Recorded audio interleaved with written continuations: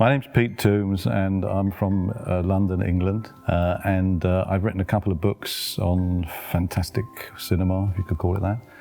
I've made some films for TV about cinema, for UK TV. I was a big film fan when I was a kid, and in those days the kinds of films that I liked in particular, which were maybe horror movies, Japanese monster movies, those kinds of things. You didn't get those on television, so you had to go and seek them out in cinemas. But then when video appeared in the UK, I started to kind of go around collecting these things.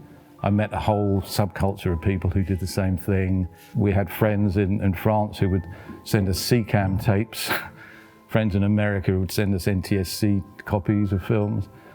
And it was kind of a rediscovery of cinema in a way, because we got to see things that we would never really have been able to see before.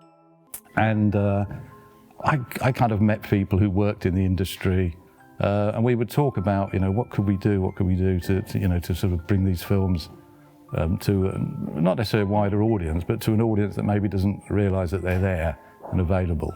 The problem in the UK was, again, censorship, that our films had to be classified by the British Board of Film Classification, which was expensive.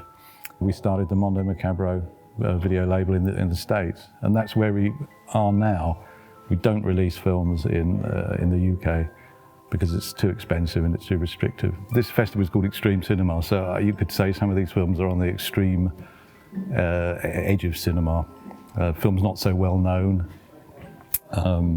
genre films, but largely is what we do.